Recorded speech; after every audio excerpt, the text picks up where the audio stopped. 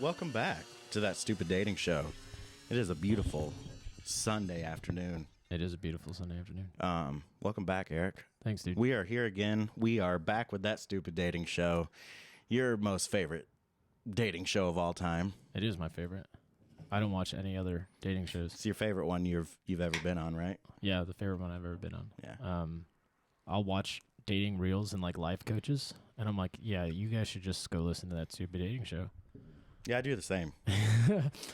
We do kind of like watch stupid videos, Yeah. and then we tag the Or stupid if dating show. like a news station like Jamal got shot in the mall today, and I'm like, well, you could listen to That Stupid Dating Show, and it might make your day better. And I wonder how many people actually click on it, and then are like, oh, well, Literally probably like 1 out of 1,000. that's fine. They don't give a damn. At least fine. it's one. I mean, Yeah. I'll take one. I'll take one too. Yeah. Yeah, I'm actively on TikTok now, just like going through dating coaches and like these psychology, like these armchair psychologists. Is that your algorithm? Like it's all dating? Yeah, it's Because actually, yeah. I noticed you send me a lot of like dating style videos, and that's not in my algorithm at all. Yeah, so I do that, and then I'll just like tag our show, just so that people. We gotta add more videos. Yeah, we gotta add more videos Yeah, because I think that if we do that and we have more videos, people will be like, oh. These guys kind of suck, but Hey, it's funny. they look all right, you know. Yeah, I mean, yeah. I might listen to them, but Yeah. that's why we're here. Yeah. Hey, You can finally see us. So I'm Rane. This is Eric. I believed you for a second. You gotta say it with confidence, man. Yeah, you really got me off guard. I'm Rane. That's Eric. Yeah. So man, it's been like 2 weeks. Yeah, it's been a while since we've seen each other, and I'm glad we had us a little Yeah, we had a lunch. lunch date. I had a Reuben. I had some fries. Yeah, you had some fries. We had some beer. We talked about, where we see the podcast going, and I think it's going really, really well. And I'm enjoying excited. Yeah, I'm really excited. I know that. Can we share kind of some of our ideas? Do you want to do that? Absolutely, of course. Yeah, so I think some of our ideas for That Stupid Dating Show, we kind of want to take it to the streets and kind of hold a microphone up and just ask random people random dating questions or just random questions about, how men and women think in this modern dating world. I want to ask some couples some questions like what works, what he likes, what she likes. I want to ask ask couples like what worked for you guys, like how did that work out, right? How did that work? How's their relationship dynamic working? If they're dating, what are some big icks for them? What are some major green flags for them? Kind of getting a little bit more personal and getting more video. Because we see most of these other podcasts and most of these other shows, they always have video. I think that's one thing that we just now started, and I'm really, really, really excited to start doing that. I am as well. I tried starting it the other night, but my SD card messed up, so Yeah. we're starting today. But yeah. So, so for the past 2 weeks, man, I mean, it's been busy with work, and I did go on a couple of dates. So I started talking to someone in Spartanburg and went on one date, and that ended really quickly. Like, the date was fine. Did you drive all the way to Spartanburg? I did. Yeah. Wow. Drove all the way to Spartanburg. So Better man actually, than me. in your last episode with Aaron that just dropped today, you said that you give people about 10 to 15 minute leeways. Yeah. I give people probably about an hour. Like, if you're an hour late. Like, yeah. I remember that. Yeah, that's... Yeah, so, like, for me, it's like an hour. If you're an hour late... I'm mentally prepared for whatever girl I'm with to take 10, 15. an extra 15, 20 minutes, Yep, me too. Yep. So It's whenever just- we say we're meeting at 7:30, I know it's 7:40ish. 8 o'clock. 8 o'clock. 8:30, They're whatever. showing up. I'm still there, at 7:30 or a little bit before. That's just me. And because I live in Lake Wiley, so it's kind of a haul wherever I go. And then travel wise, I'll travel about an hour and a half. Wow. For a date. Yeah. It's just, I really enjoy my time, but then it also gives me time to think after the date. Like, is this something that I want to keep pursuing? Is this something that I enjoyed, or was it just an emotional reaction? Driving can give you some me time to reflect on some things. Yeah, I get that. I guess, I don't know, man. We sort of talked about this at lunch. Like, we had plans to meet up at like 7 or 7:30 one night, and I was just like, I'm too fucking tired. Yeah. Like, I just get, like, I go to bed early, and it's like, if I don't plan on going to bed that early. It gives me anxiety, and Yeah. then I don't know, dude. It's Well, in the last 2 weeks, like I said, I had work. I had that tournament that I had to Yeah. work. And then the last week was just decompression. So like this week that we met up, it was just decompression. And hey, here we are. It's been a solid 2 weeks since Yeah. we've done a podcast Since together. we've done a podcast, yeah. Yeah. But no, I'm here. So like back to that date. The date was fine. We started talking pretty heavily, like almost to the point where Like an all day thing. yeah, where I'm not so much into that.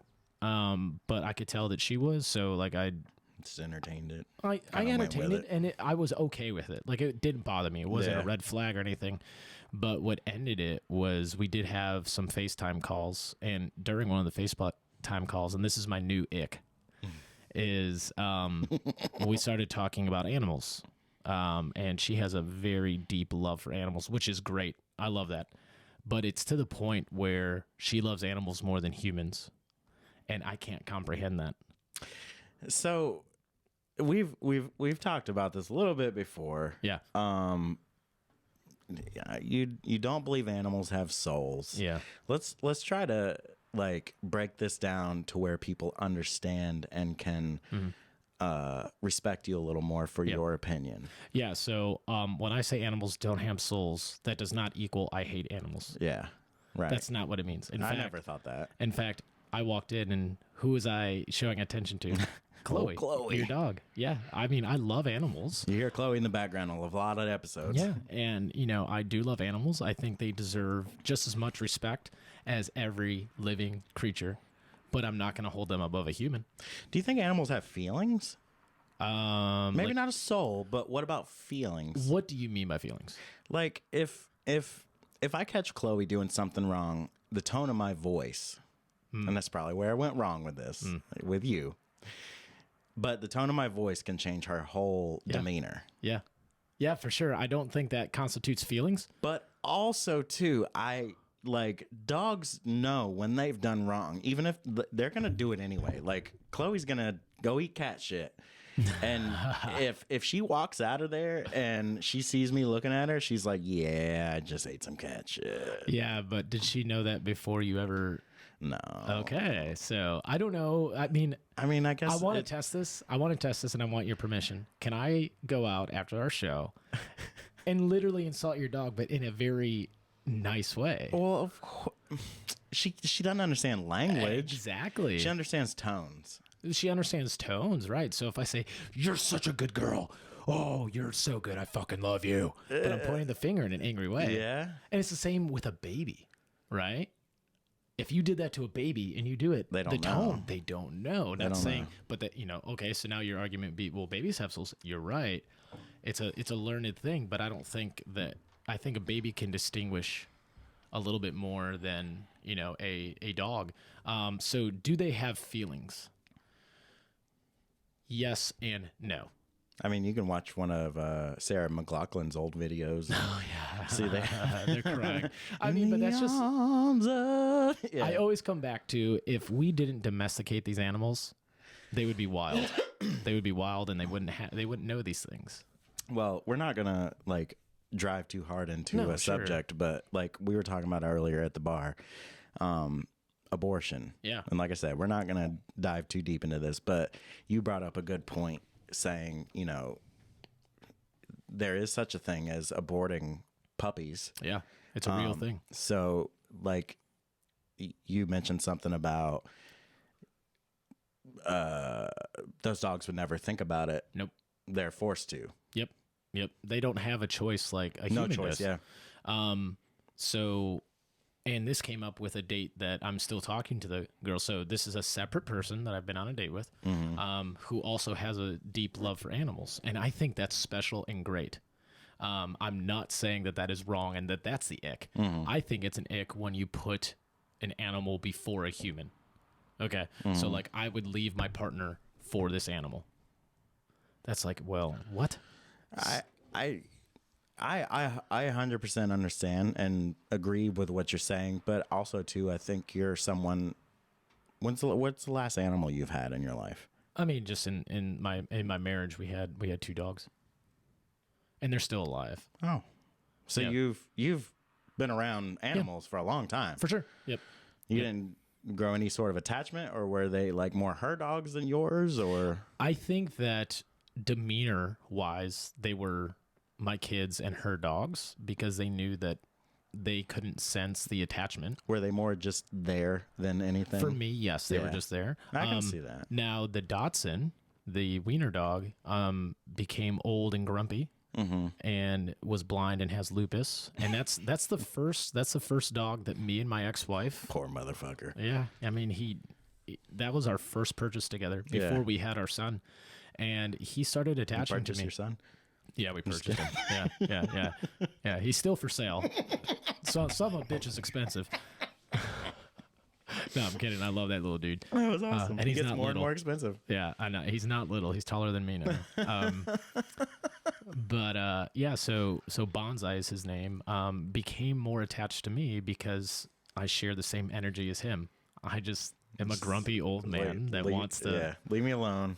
You guys can leave each other alone together. Yeah, where our lab attached to our son and our daughter really quick because they were energetic and they wanted to go play, and that's his attitude. That's his. I would love that's his breed. I would love to put you in a situation where you get handed this dog, and you live with it for the next 5 years, just you and this dog, and just see what. Not that it's going to change your mind or anything. Not that I'm trying to change your mind. I'm just saying just to see what you thought after spending this kind of time with something that really does attach itself to you. You know what? I would be willing to do that for science. Because now that you bring it up, well, dogs aren't meant for science, but true. But like I said, I know I have my views on things, and they're completely open. And while you were saying that, I'm like, well, I think it would be impossible for me not to have an emotional attachment. I think it would be impossible just because that dog is there for me all the time, and I get why. Yeah. The person that I'm not talking to anymore stop communication because she has so much emotion towards animals and I don't, that's something that she needs in her life, and I just can't provide that. So all fairness to her, I get that, but it's an ick for me. It is a different perspective. Yeah. I get it to a point. Let's say you meet somebody who's had this animal for 6 years already. Yeah. And maybe they haven't dated in a while or whatever. They're just super attached to this animal because it's always been there. And then you go into this relationship, and maybe you go a year in or whatever, and they're like, I would still choose my dog over you, or how does that make you feel? What do you think? To me, from an outsider's perspective, what do you think about that? I've been told that, if someone said that they would choose their cat or dog over me and they came first, but let's just say I am highly allergic. I can't be around them. Yeah. And you're going to pick this animal over, let's just call it true love. Let's just call it. If you were highly allergic in the beginning, you probably wouldn't have gone too far in that relationship. Let's just say it worked out. I don't know. Some people will make that sacrifice, but let's just say, hey, it's not like I'm living with you right now, but let's say it gets to that next step, and now we're living together. I see. And it's like, you know what? I only have so much Allegra. That's a tough.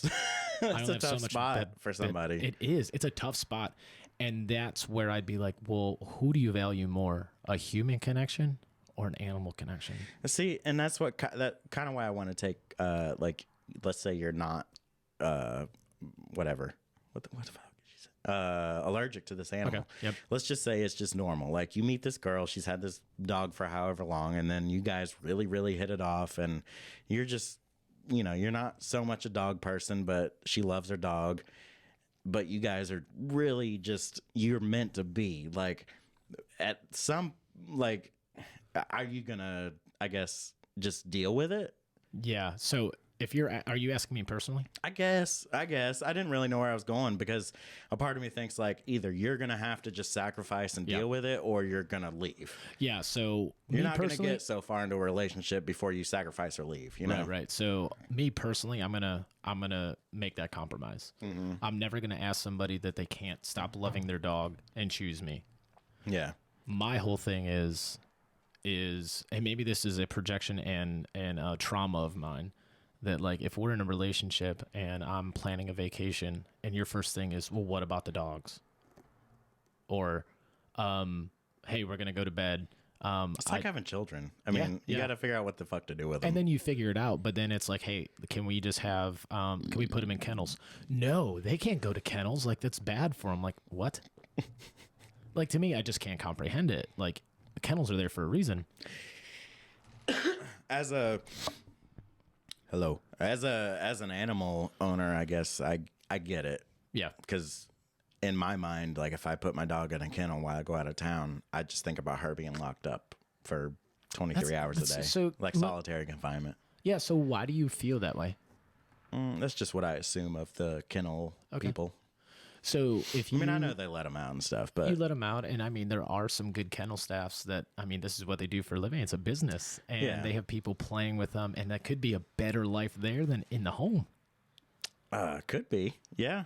Yeah, you're right. I mean, like I said, I'm making an assumption. I think of like a old folks home, you know, like Right. they're not always treated the best. And I think I guess I more think about like people that just don't like their job. You know, sure, like, sure. No, I get it. shove this, like go piss, and then I'm gonna put you back in your cage. And I'm going home. I You get know. it. So I totally get that aspect of it too. So when your children are out of your reach, you wonder. Sure. Yeah. Yeah. Maybe I'm wrong in there too, because I don't think that when I'm on vacation, and I know that I'm putting my kids. No, it's not fuck No, my I'm just kids. kidding. It's more of like I am trusting this person, and I know that this person has my trust, and therefore they're gonna give the best quality of life to my children or my dog. So I don't need to worry about it. Now, if I come back and something's royally fucked up, then guess what? Now we're having issues. So it's like hiring somebody to work at your store. You know, you trust no them, idea. and you don't think they're going to steal money until they do. I get that. Yep. So then back to the whole abortion topic that we talked about at lunch that we didn't want to talk about. But going back to all that is like the choice. And I think when people choose for their dogs because they have to, like, let's talk about just putting an animal down. Like, that's a rough thing for an owner. I've done that. But you're making that choice for them, and it could be the wrong choice. It could be. It could be that you let them live longer than they actually wanted. One, I'm using that word because it's a human phrase. Yeah. I don't think dogs or them know what they want, essentially, other than hungry. And I think that they do want to live, but I also don't think they understand what quality of life means. Right. So it's like, hey, when is too late? Like, we have a Dachshund, 16 years old. Well, wait, 14 years old. Yep. Because my son's 14. Actually, he's 15. Not my son. The Dachshund's 15 years old, blind, lupus. He's got lipomas all over his body. Can't hold he has to wear a diaper. At this point, Poor guy. Poor guy. At this point, a few years ago, I actually mentioned, hey, we might need to look into putting this dog down. You say a few years ago. A few years ago. He's still kicking. And he's still kicking. He's still. Right? That poor guy. Poor guy. So at what point are we holding on to this emotion towards this animal that we're actually not giving him a quality life? Or or her a quality life? You could say the same for anybody who's, you know, if I'm in diapers? in the hospital, like on the, you know, you pull the plug and they're gone. Yeah. Like you're just keeping them alive for your own benefit. Own benefit. And where is the virtue in that? Which honestly? I don't want to say that's 100% of the reason you're not pulling the plug, because maybe you're just, you know, you can't tell if they want to die or not. So, you know, but we're quick to pull the plug on a human, but not a dog. And that's where I have the issue with. We're quick to this is my argument at the bar. We're quick to abort a child or a potential human, right? We had that conversation. We won't get into our positions on that. Potential human towards pulling the plug on potential puppies. Mm-hmm. Like, we will pull the plug on potential puppies because we don't want all that madness there. And we have no moral ground for it. Or we have all this, or some people have a huge moral ground. Like, you can't do that. But then when you go to a potential human, it's like, it's her choice. Well, that dog didn't have a choice. Well, it's like, to me, I think about, you have your children, and then you probably have friends and they have their children. And even if you've known these friends since their children were born, you love these children, you would do anything for them, but in all reality, they're not your children. Yep. So it comes down to a different feeling or emotion towards your own. Exactly. You know? Like my best friend John has 5 kids. Wow. I love those kids. Do I love them like he loves them? Heck no. Heck no. When he shares something that his little guy does, I'm just like, yeah, his little guy. I'm just terrorizer. like, yeah, he is, but he's a great kid, like super talented, and all his kids are talented. But he'll say something like, "Oh man, this kid's he's a boy." I'm just like, "Yeah, that's my man." He's like, "No, he's a freaking tyrant." I'm like, "Yeah, I know, and it's great, right?" So there's a different attachment there where you could do that with the dog. Like, you know, we're so quick to get rid of the dog that isn't obedient to the way that we want to be obedient. And it's just like, okay, so why do you love this dog and you want to keep that one but not that one? Because he's not serving you the way that it's just this pure emotion. So I say get rid of those pure emotions and logically deduce why you want to keep this dog around. I know that's not everybody. I mean, no, it's not. It's not, but it makes a lot of sense. Yeah, and I didn't respond back to her when she called it quits because I didn't love animals. 1, she doesn't deserve it. 2, we had 1 date. Doesn't need a response. I don't need to defend myself on why. No. I think she misunderstood that I love animals. Like, I'm not out here just like, yeah, let's go butcher a whole bunch of cows tonight and like just leave their rotting corpses. Like, no. Like, let's sacrifice this cow to the moon god. Right? No. I like that.